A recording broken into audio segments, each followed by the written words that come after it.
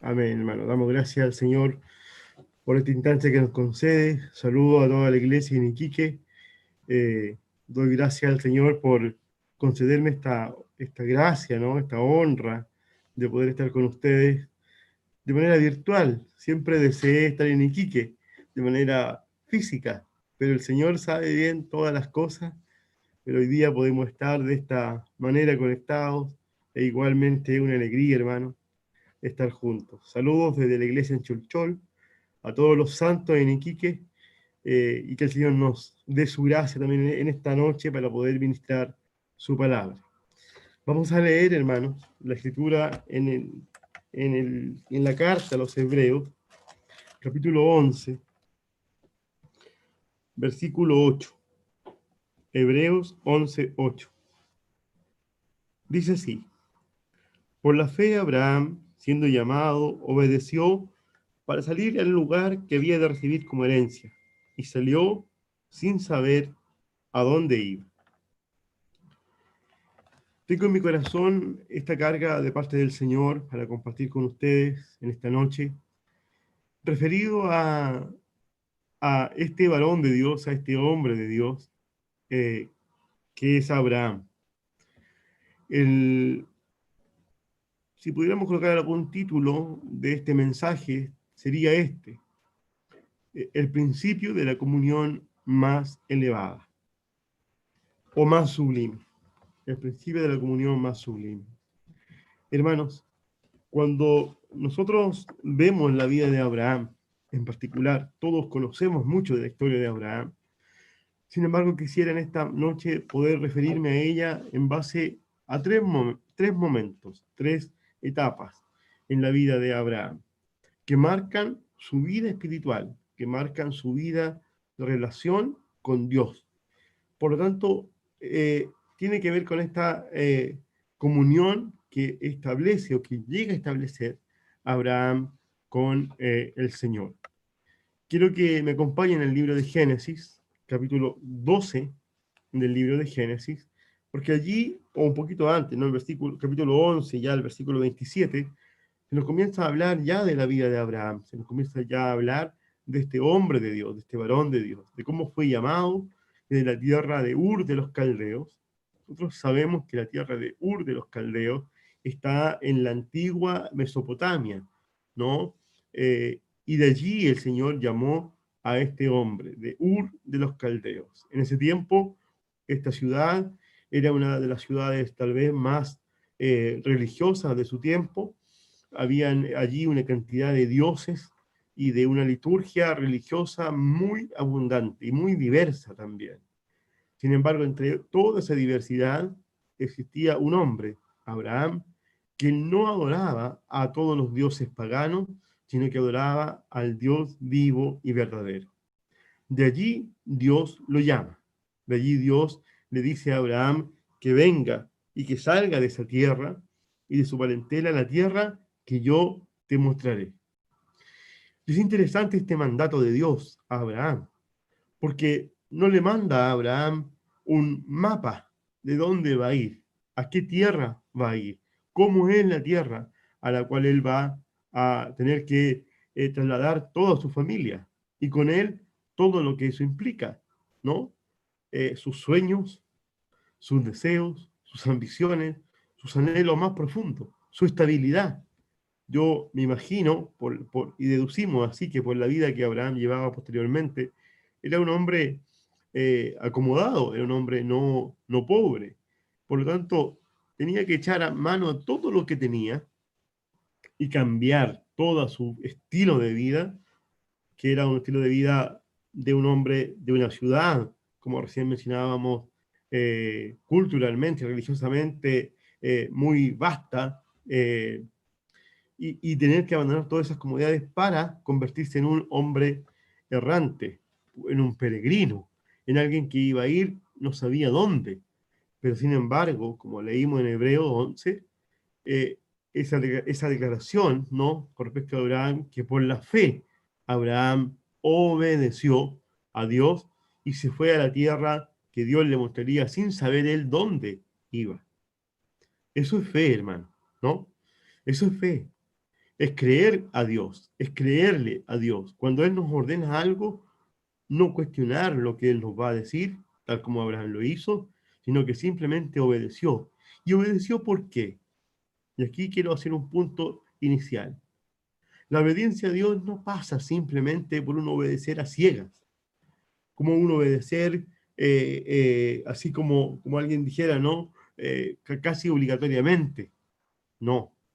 La obediencia a Dios se fundamenta, queridos hermanos y hermanas, en el conocimiento de Dios. Cuando usted conoce a Dios, cuando usted conoce a su Dios, entonces usted, producto de este conocimiento que ha alcanzado de Dios, usted va a obedecer a Dios, porque va a saber quién es aquel que le está ordenando algo.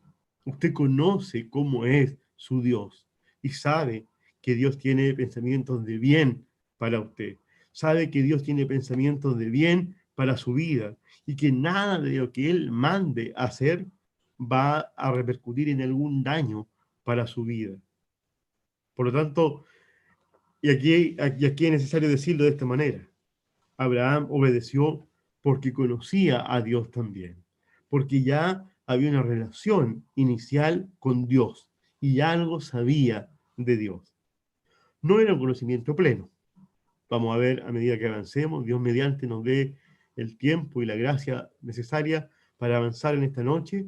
Vamos a darnos cuenta que este conocimiento de Dios fue avanzando, fue progresando, fue aumentando, pero con el conocimiento inicial que tenía, tal vez un poquito que conocía era suficiente para obedecerle a Dios, porque conocía a este Dios quien le ordenaba tal cosa. Y aquí quiero que entonces comencemos este recorrido con Abraham para irnos deteniendo en algunos puntos centrales. En el capítulo 12 eh, se nos relata entonces cómo es que Abraham se va de su tierra, de su parentela, y se va a la tierra que el Señor le iba a mostrar. Quiero que nos detengamos en el versículo 6 del capítulo 12. Dice allí, y pasó Abraham por aquella tierra hasta el lugar de Siquem, hasta el encino de Moré, y el cananeo estaba entonces en la tierra. Aquí hagamos un primer punto, hermano, hagamos una primera mirada. Cuando Abraham sale de Mesopotamia, esto queda al sur de Israel, si usted se posiciona hoy día en el mapa actual, esto está al sur de Israel. Y lo que hace Abraham es sube, ¿cierto? E ingresa a la tierra prometida, la actual Israel, casi por el centro del territorio, en la mitad del territorio. E ingresa en esa zona geográfica, en el centro de lo que hoy es Israel. Y allí, interesante, que entra a esa tierra y va a morar y va a estar un tiempo allí en un lugar llamado Siquem. Siquem es un lugar que si usted ve su Biblia, hermano, usted puede verlo también ahí, en los mapas que tenemos en nuestras Biblias, va a ubicar que Siquem está ubicado como en un valle, y en el lado norte y en el lado sur de la ciudad hay dos montes. El monte Gerizim, por un lado, ¿cierto? Que está ahí en la escritura, ya que de alguna forma tiene que ver también con la idea, ¿cierto? De el nombre de Siquem. Tiene al sur a Gerizim y al norte al monte Ebal. Es una ciudad que está en medio de dos montes. ¿Por qué este dato geográfico es interesante? Porque el nombre Siquem significa hombros de Dios. Hombros de Dios. Y mire qué interesante, hermano, porque si Abraham hubiese hecho el ejercicio, tal vez lo hizo, el ejercicio de subir al monte Gerizim, a la cumbre o cercano a la cumbre, él podía ver toda la tierra de Israel, de Canaán en ese tiempo, ¿cierto? Hasta el sur, completamente, ¿no? Toda la tierra hasta el sur. Y si subía al monte Ebal, veía toda la tierra hasta la provincia de Dan a Beerseba, por el sur. Entonces, ¿de qué nos habla esto?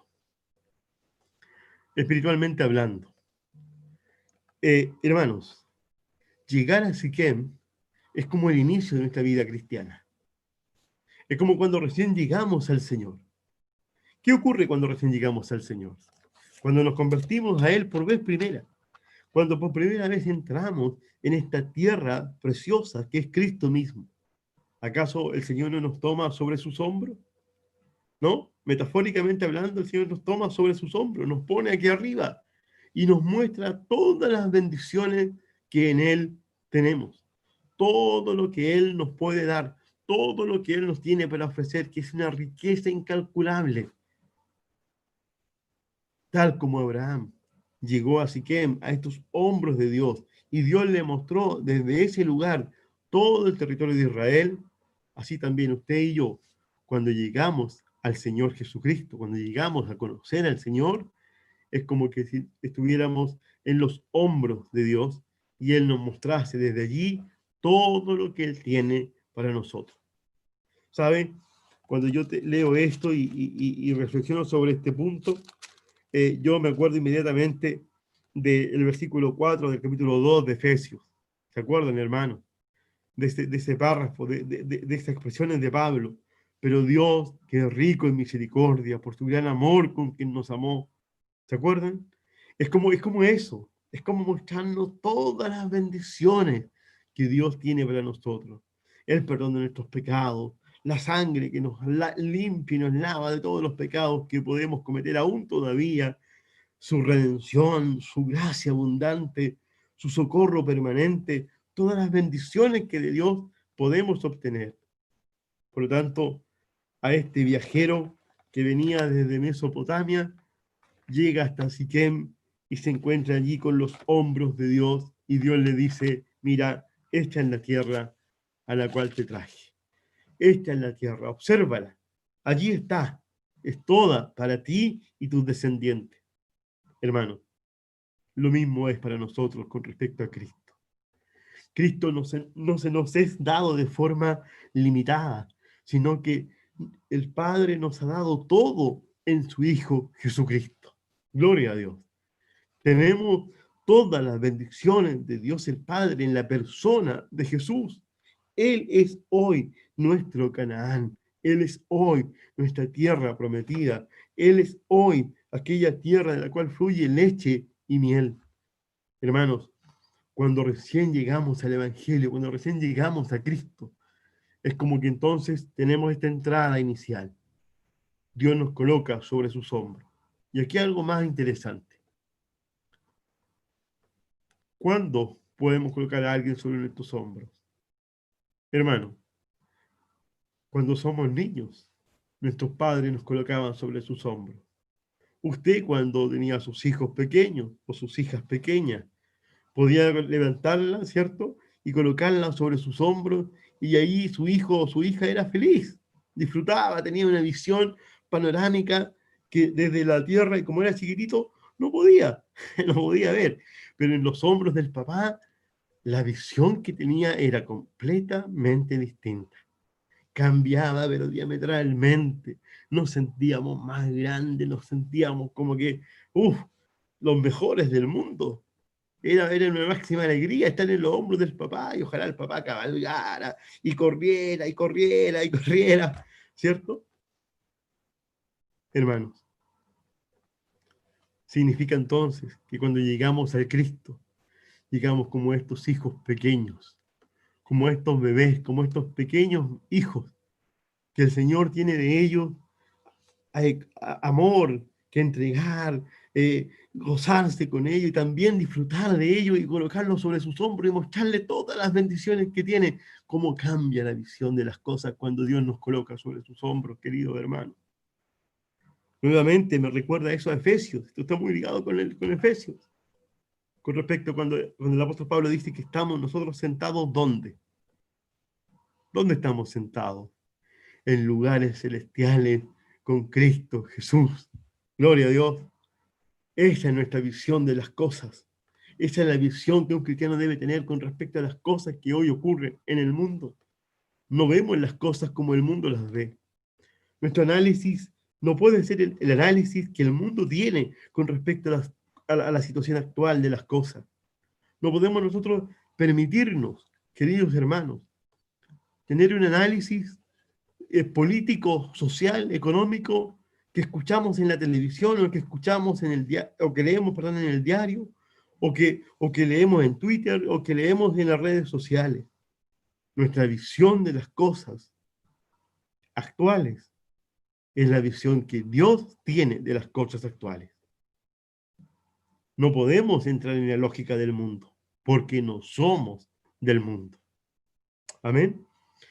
Por lo tanto, ahí tenemos un primer punto que tenemos que tratar de revisar y de ver. Aquí tenemos entonces esta idea de Siquem, como esta idea de los hombros de Dios, donde el Señor nos coloca al inicio de nuestra carrera cristiana. Luego, por favor, me siguen aquí para hablar en el versículo 7 lo siguiente. Y apareció Jehová a Abraham y le dijo, a tu descendencia de esta tierra, y edificó allí un altar a Jehová, quien le había aparecido. Luego se pasó de allí a un monte al oriente de Betel, y plantó su tienda, teniendo a Betel al occidente y Jai al oriente. Y edificó allí altar a Jehová, e invocó el nombre de Jehová. Aquí tenemos otro punto central, otro punto importante en la vida de Abraham. Dice que luego, hermanos, él bajó de Siquem, ¿cierto? Porque no siempre podemos estar en los hombros de Dios. Aquí tenemos otro principio espiritual interesante. Eh, los hombros de Dios, o estar sobre los hombros, lo hacemos, decíamos recién, con los niños cuando son pequeños. Pero cuando su hijo ya tiene 20 años, ya no se lo puede subir al hombro, ¿cierto? Tal vez él lo haga con nosotros, cuando seamos nosotros mayores y ellos no están en los brazos de nosotros. Pero ya están más grandes, ya no los podemos tomar sobre los hombros. Significa que han crecido, que ya están en una etapa distinta de su vida. Bueno, la carrera cristiana y el andar cristiano y la vida cristiana también tienen estas etapas. No podemos permanecer siempre siendo niños en la fe. No podemos estar siempre queriendo estar, aunque es un lugar delicioso, pero no podemos estar siempre sobre los hombros de Dios. Tenemos que también bajar de allí e ir al valle y andar y caminar. Por eso es que aquí hablamos de Abraham y dice que pasó de allí a un monte al oriente de Betel y plantó su tienda. Y mire qué interesante aquí, queridos hermanos y hermanas, teniendo a Betel al occidente y Jai al oriente. La tienda de Abraham estaba justo en medio, ¿no? En medio de Betel y de Jai. Y dice que allí él edificó un altar. Y aquí tenemos algo interesante. El altar que edificó aquí Abraham es el altar que, lo vamos a llamar así, es el altar de la separación. El altar de la separación entre qué cosas? Entre Betel y Jai. Allí él levanta un altar al Señor. ¿Sí? ¿Por qué interesante? Porque Betel significa casa de Dios y Jai significa ruinas o lugar de ruinas, un lugar eh, ruinoso, ¿no? Eh, ahora, estos nombres son nombres simbólicos, son nombres que tienen un significado espiritual también interesante para nosotros. Betel, casa de Dios. Jai, lugar de ruinas. Y Abraham está al medio y levanta un altar a Dios en medio de estas dos ciudades o lugares. ¿De qué nos habla esto, hermano? De que al poco andar de nuestra vida cristiana, cuando hemos llegado al Señor y estamos sobre los hombros, pero ya bajamos de los hombros de Dios, ya estamos caminando un poco más, estamos un poquito más grandes ya. ¿Qué tenemos que hacer? ¿Qué debemos hacer? Levantar un altar, tal como lo hizo Abraham.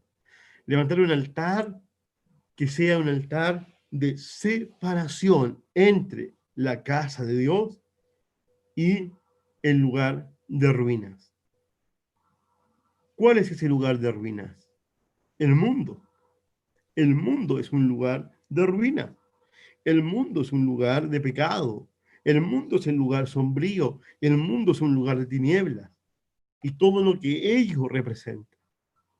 Por lo tanto, queridos hermanos y hermanas, levantar un altar aquí significa una separación entre la casa de Dios y el lugar de ruina, entre la casa de Dios y el mundo. Yo establezco un altar, levanto piedras como testimonio de que yo ahora estoy separado del mundo. Me he separado del mundo. No soy parte de ello. Por lo tanto, ahí es interesante este altar en la vida de Abraham, porque él levanta este altar como testimonio a Dios, como adoración a Dios, pero también como testimonio de separación. ¿Mm? De separación. Él escoge Betel, él escoge la casa de Dios, él escoge el testimonio de Dios por sobre el testimonio del mundo. Y él levanta allí un altar para representar aquella separación. Amén, hermano. Por lo tanto, ahí tenemos un punto importante en la vida de Abraham. Vayamos también esto llevándolo a nuestra propia vida. Cuando nosotros llegamos al Señor y ya dijimos, estuvimos sobre los hombros de Dios y Dios nos mostró en Jesucristo todas las bendiciones que recibimos en Él, que podemos tener en Él, también ahora es necesario, o fue necesario también, levantar un altar de separación. ¿Sabe, hermano? Una de las tragedias más grandes de algunos cristianos es que nunca han levantado este altar. Te puede decir, hermano, pero ¿cómo es posible? Sí, es posible. Hay cristianos hoy que nunca han levantado un altar de separación en su corazón. Externamente, ellos pueden ir a la iglesia, pueden participar de las reuniones, pueden estar en un ambiente religioso, pero en su corazón, no se ha levantado ningún altar de separación con el mundo. Llevan hoy 10 años, 15 años, 20 años, 30 años caminando con nosotros, pero nunca han levantado un altar de separación en su corazón con respecto al mundo. El mundo no se ha ido de ellos. Y cada vez que es posible, entonces vamos al mundo y disfrutamos de las cosas que el mundo tiene. Y cada vez que es posible y escuchamos y somos seducidos por viejas filosofías que creíamos enterradas, viejas tendencias políticas, viejas conductas y costumbres, disfrutamos de ellas y anhelamos de ellas. Si eso ocurriera, entonces veamos cómo está ese altar de separación en nuestras vidas. Si alguna vez lo levantamos, puede ser, pero tal vez con el tiempo las piedras han ido cayendo. Y hoy día tal vez quedan pocas piedras o poco testimonio de esa separación entre nosotros y el mundo. Hemos sido contaminados por tantas cosas, seducidos por el mundo con tanta filosofía. Recuerdo la historia de la mujer de Lot. ¿Usted se acuerda, hermano, de esa historia? ¿Se acuerda de esa historia? Cuando la mujer de Lot fue, igual que Lot, invitada a salir, ¿cierto?, de Sodoma. Pero ¿qué ocurrió con esta mujer? Ella miró hacia atrás. La idea era que no miraran hacia atrás, de que no miraran hacia Sodoma, en absoluto, que no miraran nada, que fueran al frente, salieran, arrancaran, corrieran. Y ella volteó su mirada. El problema no fue voltear la mirada. El problema de esa mujer, la mujer de Lot, es que Sodoma nunca salió del corazón de esa mujer. Aunque ella salió físicamente de Sodoma, aunque ella siguió a su esposo y a sus hijas, pero en su corazón Sodoma iba con ella. Sodoma nunca la abandonó. Una de las mujeres de Jacob también se fue de la tierra de su padre, de Labán, pero con ella llevaba escondida en sus ropas. ¿Qué cosa? ídolos. Escondida. Escondida llevaba ídolos. Hermanos, no es suficiente con dejar un lugar físicamente. No es suficiente con reunirse simplemente los días domingos, los días que tengamos reuniones habitualmente e incluso ahora por vía telemática. Es necesario que el mundo salga de nuestro corazón. Es necesario que levantemos un altar de separación. Y si ese altar, queridos hermanos y hermanas, ha estado en malas condiciones, está estropeado hoy día, no hay muchas piedras que den testimonio de esa separación, queridos, vayamos a reconstruir ese altar hoy.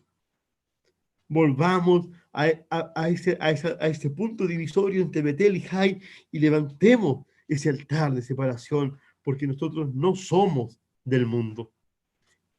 Cristo nos rescató del mundo para hacernos sus hijos, para hacernos su pueblo, para hacernos su linaje escogido, su real sacerdocio, su nación santa, propiedad exclusiva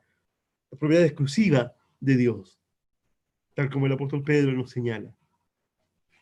Por lo tanto, aquí tenemos un primer momento en la vida de Abraham, que es un momento trascendente. Luego, para avanzar, hermano, luego Abraham viaja a Egipto y ahí comete un error, no es mi tema, es mi carga hoy día hablar sobre ese asunto, pero pone en riesgo prácticamente aquí el plan de Dios completamente. Gracias al Señor es socorrido por la gracia de Dios misma que interviene aquí con Faraón.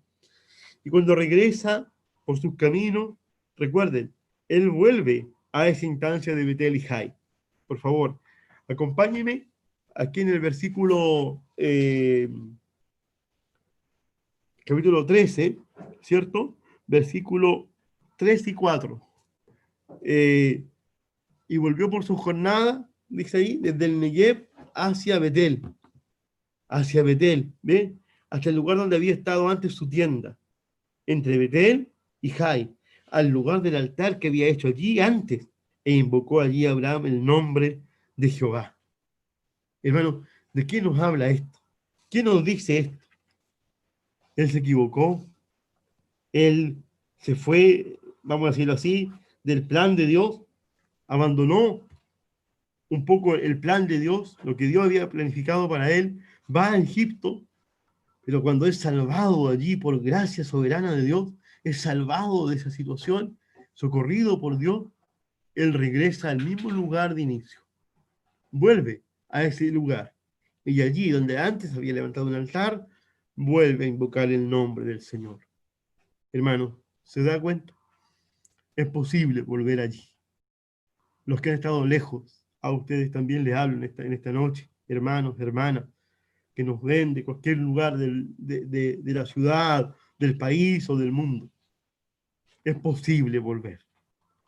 Es posible volver a Betel. Es posible volver a la casa de Dios y levantar ese altar y estar en ese altar de nuevo e invocar el nombre de nuestro Dios. Gloria al Señor. Abraham tuvo esa posibilidad y volvió allí e invocó allí a Abraham el nombre de Jehová. Y desde ahí entonces Abraham comienza una nueva etapa en su vida. Y aquí vamos a avanzar rápidamente, hermano. La intención hoy día, al menos, es ver todo esto de una manera bien panorámica, bien general, ¿sí? Para tener una visión de todo este sentir de Dios con respecto a la comunión. En el versículo 18 del capítulo 13 de Génesis, dice que acá que Dios le da una orden a Abraham, versículo 17, levántate, ve por la tierra a lo largo de ella y a su ancho, porque a ti te la daré. Abraham, pues, removiendo su tienda, saliendo de allí, saliendo de Betel, donde había llegado antes, vino y moró ahora en el encinar de Mamre, que está en Hebrón, y edificó allí altar a Jehová. Aquí tenemos un nuevo altar, un segundo altar. Un altar que ahora es edificado en el lugar llamado Encinar de Mamre, que está en Hebrón, un monte. Cuando usted ve el significado de de Mamre y de Hebrón juntos habla de una comunión vigorosa. ¿Sabes qué? Me gusta ese significado, hermano. Ese significado de estos dos nombres, ¿no? Estos dos nombres. Mamre, que está en Hebrón, significa comunión vigorosa. Una comunión que habla de una comunión viva. Una comunión que va más allá de estar juntos físicamente. ¿Se da cuenta? ¿Y qué contingente es este tema actualmente? Hoy día no podemos estar juntos. Y cuando no podemos estar juntos, como que anhelamos estar juntos, ¿no? Como que más ganas tenemos de vernos con los hermanos. Así que antes no teníamos tantas ganas de vernos, pero ahora que no podemos, tenemos como más ganas de vernos, más ganas de estar juntos, más ganas de poder abrazar a los hermanos y estar en comunión. Bueno, hermanos, el punto es este. La comunión a la cual el Señor nos ha llamado no es una comunión física, no es una comunión simplemente de estar juntos, tomándonos un cafecito, no sé, unos mates, acá en el sur al menos, ¿cierto? Unos mates con una sobrepilla, sino que va mucho más allá de la comunión física. La comunión a la cual hemos sido llamados, según el apóstol Pablo, es a la comunión con su Hijo. Fiel es Dios que nos llamó a la comunión con su Hijo. Esa comunión es una comunión que va mucho más allá de lo físico. Es una comunión que trasciende lo físico, que va más allá de simplemente vernos, tocarnos y abrazarnos. Y aquí es interesante que en la vida de Abraham se establezca este tipo de comunión y que él haya levantado un altar en este lugar, en el encinar de Mamre que está en Hebrón.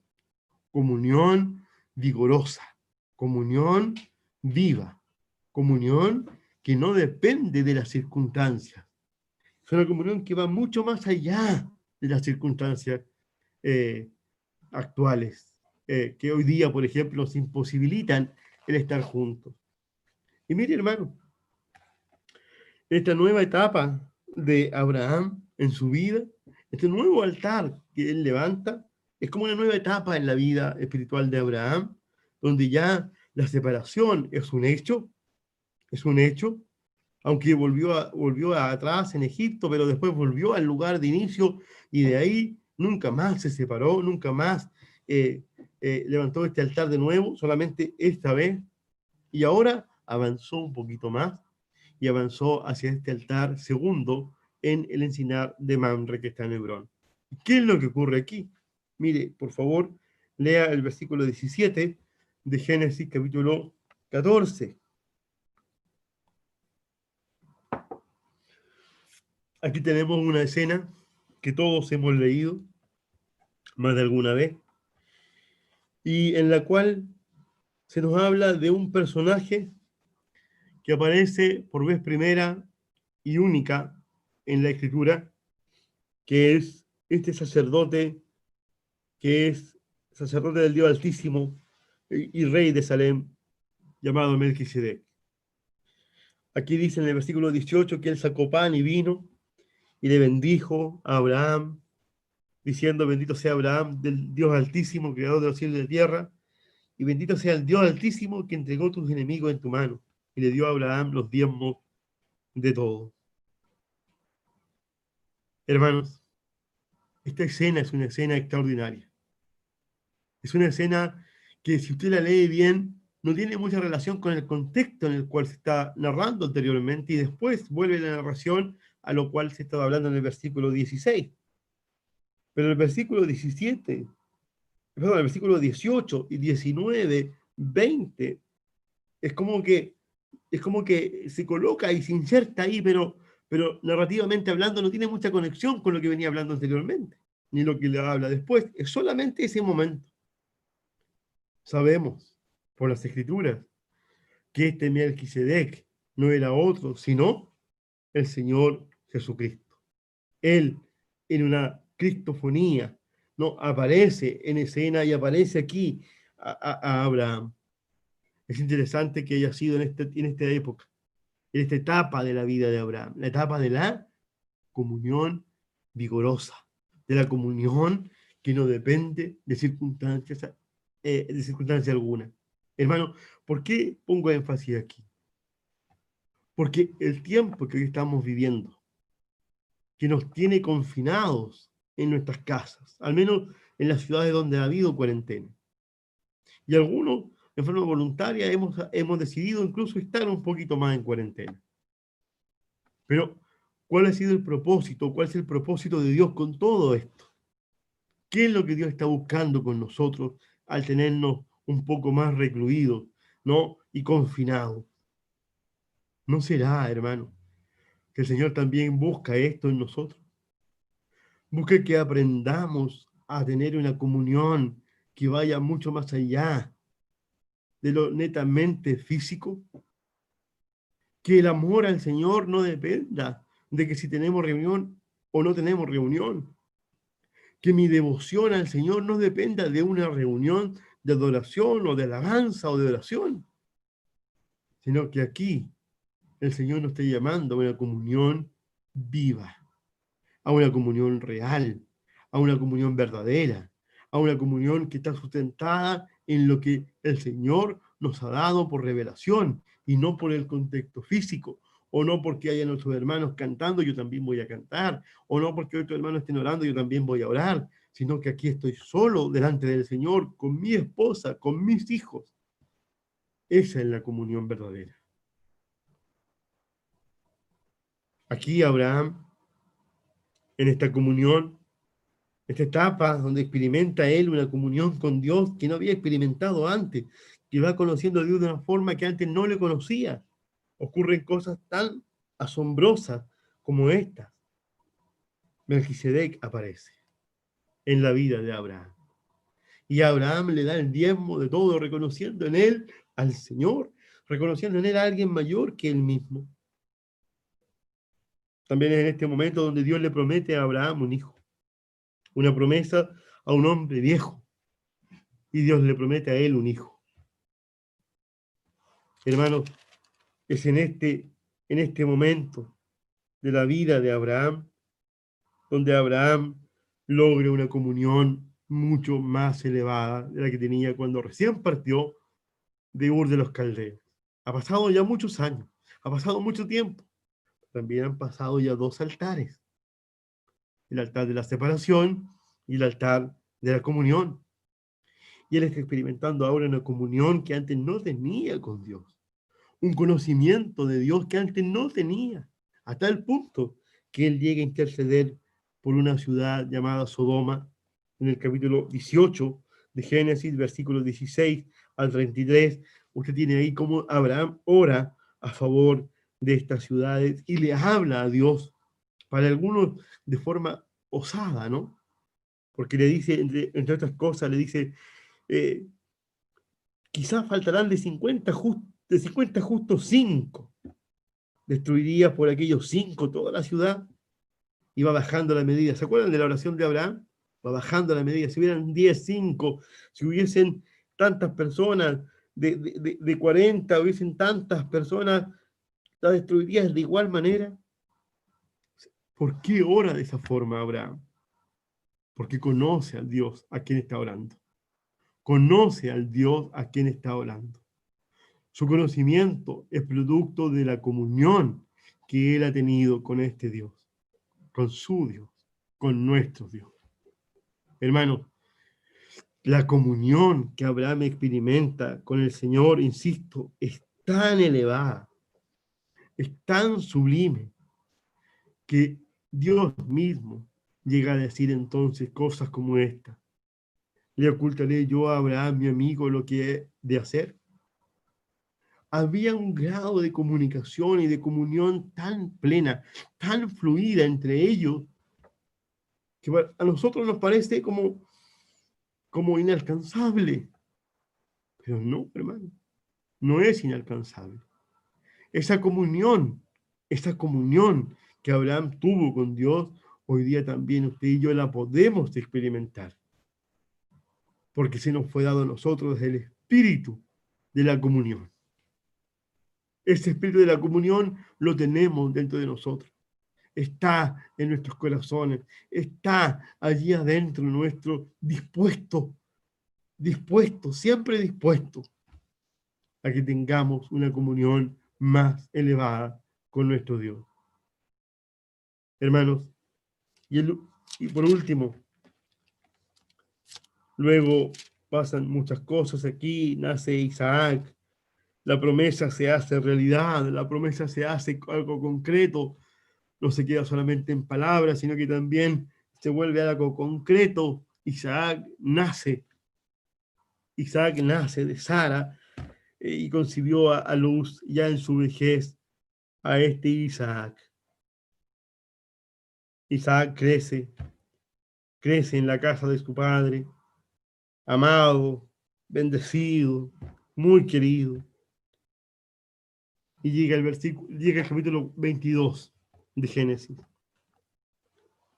Dice, aconteció después de estas cosas que probó Dios a Abraham y le dijo, Abraham, y él respondió, heme aquí. Dijo, toma ahora tu hijo, tu único, Isaac, a quien amas, y vete a la tierra de Moriah, y ofrécelo allí en holocausto sobre uno de los montes que yo te diré. Hermanos, no vamos a leer el texto completo, porque sabemos esta historia, pero quisiera señalar aquí que aquí está el tercer altar en la vida de Abraham. Aquí está el tercer altar, en la tierra de Moriah. Aquí el Señor le ordena a Abraham algo que él jamás pensó escuchar como una orden de Dios. Nunca. Le había prometido un hijo.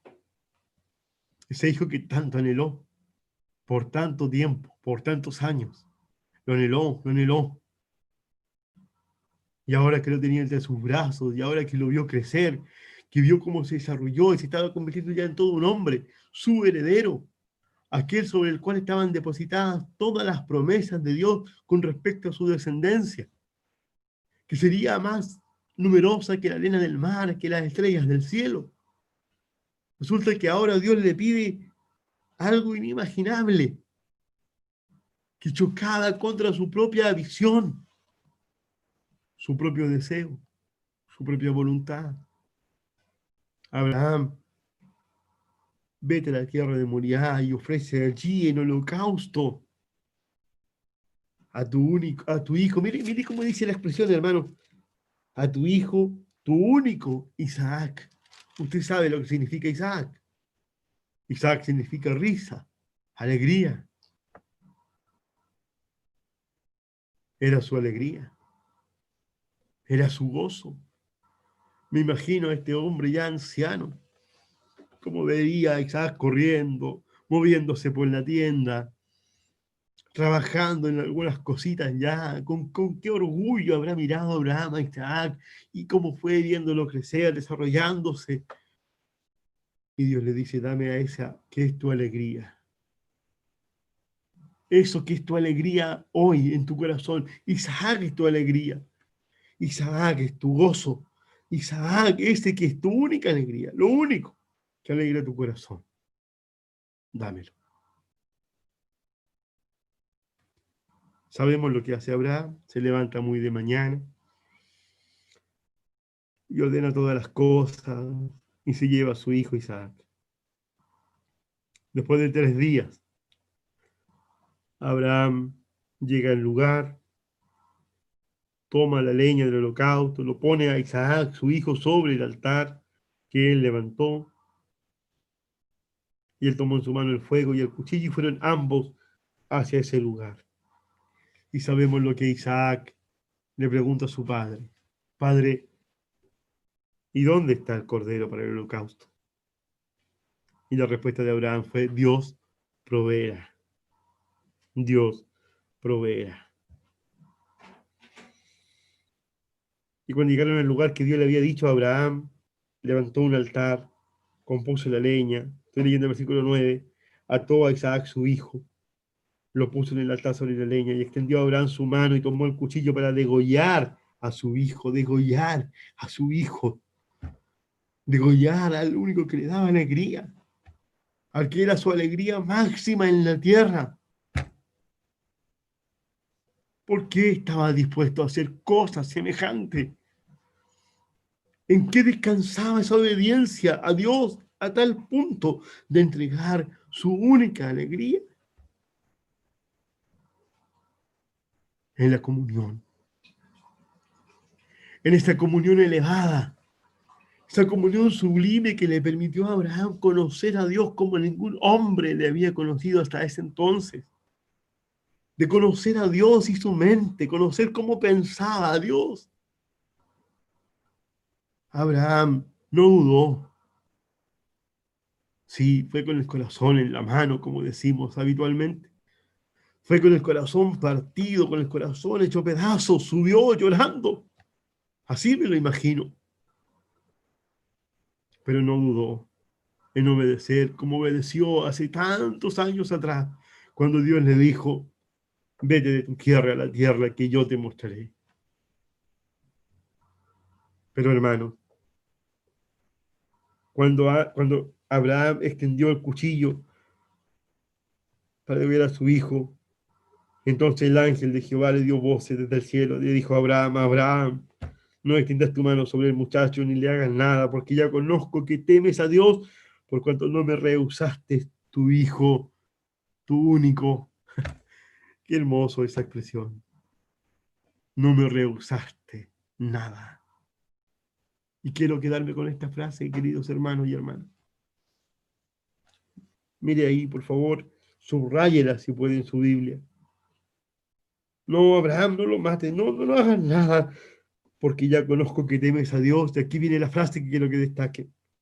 Por cuanto no me rehusaste tu hijo, tu único. No rehusaste. Hermanos, este es el altar de la consagración. El último de los altares en la vida de Abraham. El altar de la consagración. No me rehusaste nada. Incluso a ese hijo que tanto anhelaste, que tanto buscaste, que yo te concedí por gracia y misericordia en tu edad ya avanzada, aquel que era tu alegría máxima en la tierra, Isaac, tu único, sobre el cual reposaban todas las promesas que Dios le había hecho a él.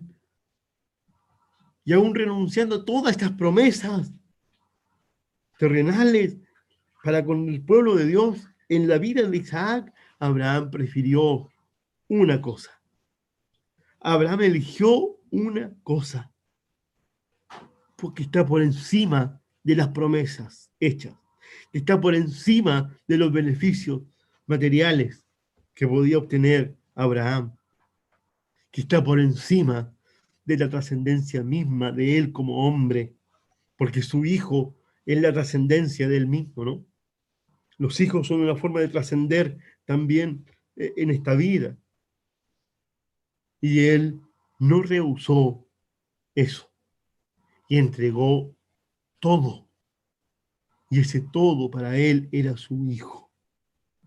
Por eso Dios le dice, no me rehusaste a tu hijo, tu único. Lo único que tenías de valor, también me lo ofreciste.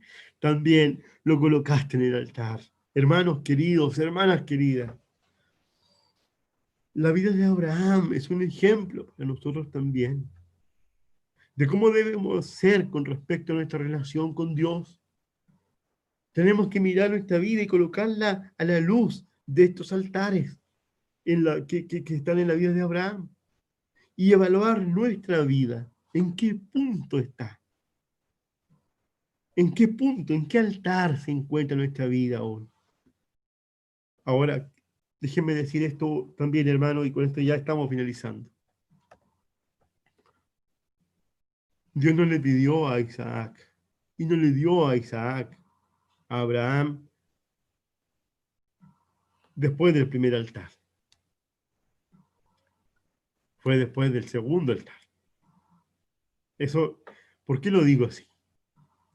Porque tal vez si Abraham hubiese nacido entre el primer altar y el segundo altar, sin que antes haya sido levantado el segundo altar.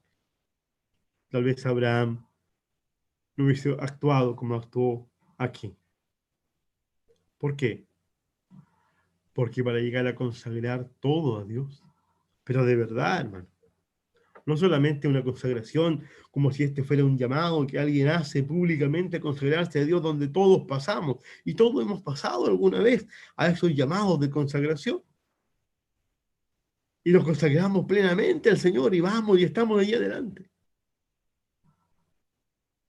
Si Dios le hubiese pedido a Abraham, a su hijo, o este tipo de consagración antes del segundo altar, tal vez, digo, tal vez Abraham no hubiese aceptado entregar a su hijo. Pero no fue sino después del segundo altar, el altar de la comunión, que Dios le pide levantar un altar ahora de consagración. Ahora sí, ahora sí, porque conocemos al Señor, porque hemos tenido experiencia con Él, porque Él sabía muy bien quién era aquel que le pedía tal cosa, y aunque fuera en contra de sus propios ideas, sueños, ambiciones, Él confiaba en aquel que lo había llamado un día desde Ur de los Caldeos y lo había traído hasta esta tierra. Oh, hermanos queridos, ¿cómo están nuestros altares? ¿Cómo está nuestra vida? ¿En qué altar nos hemos situado? ¿Hasta dónde hemos llegado? ¿Estamos en el altar de la comunión? Gloria a Dios. Permanezcamos allí y profundicemos nuestra comunión con Dios en este tiempo, a tal punto de que conozcamos al Dios que servimos, no solamente de forma religiosa, liviana, intelectual, sino una comunión mucho más profunda. Una comunión que nos permita conocer el carácter de Dios, cómo actúa y por qué hace lo que hace, al punto de que no cuestionemos sus obras, no cuestionemos sus formas, no cuestionemos sus decisiones, no porque seamos obedientes a ciegas, sino porque conocemos a nuestro Dios y sabemos, no desde la teoría, sino que desde la práctica, desde la experiencia de conocer a Dios, desde la experiencia de estar a sus pies y de conocer al Señor, que Él no haría nada para nuestro mal. Al contrario, todas las cosas a los que aman a Dios le ayudan a bien. Y sabemos que este bien de Dios es que Cristo sea formado en nosotros, que el carácter de Cristo sea formado en nosotros. Por lo tanto, hermano, vea usted, examine su vida a la luz de esta palabra. ¿En qué altar estamos? ¿En el altar de la separación? ¿El altar de la comunión? ¿O ya hemos alcanzado el altar de la consagración? Hermanos, antes que Cristo venga por nosotros, antes de que el Señor aparezca nuevamente y por segunda vez, que Él nos permita vivir estas experiencias de estos tres altares en nuestra vida. Amén. Que no nos quedemos solamente con la experiencia inicial de Siquem y del altar de la separación, sino que también podamos experimentar en nuestra vida el altar de la comunión. Que estemos allí en el encinar de Mamre, que está en Hebrón. Esa comunión vigorosa, esa comunión potente, esa comunión viva, que insisto, no depende de nada, de ninguna circunstancia, porque es una comunión que es con el mismo Dios, en el Espíritu, y que también, por supuesto, podamos experimentar el altar de la consagración, donde nada, escúchenme bien, nada le podamos rehusar a nuestro Dios. ¿Cuántas veces hemos rehusado cosas, no? ¿Cuántas veces Dios nos ha pedido algo y como que lo escondemos? Como que no lo damos, como que lo tenemos atesorado, como que no, porque esta es mi alegría. Oh, hermano, nuestra alegría debe ser solamente una persona, Jesucristo el Señor. Él es nuestro mayor gozo. Él es nuestra mayor alegría. Todas las otras cosas son temporales. Son temporales. El único eterno es Él. Nuestros esposos, esposas, hijos, hijas, incluso, son temporales. Son asignaciones temporales de Dios. El único eterno es Él. No rehusemos nada cuando Él nos los pida. Démosle a Él todo, porque Él es digno de que así sea. Amén, mis hermanos. Una alegría y un gozo estar con ustedes en esta oportunidad, de ver a algunos por la plataforma y a los que nos están viendo por YouTube también. El Señor les bendiga grandemente. Amén.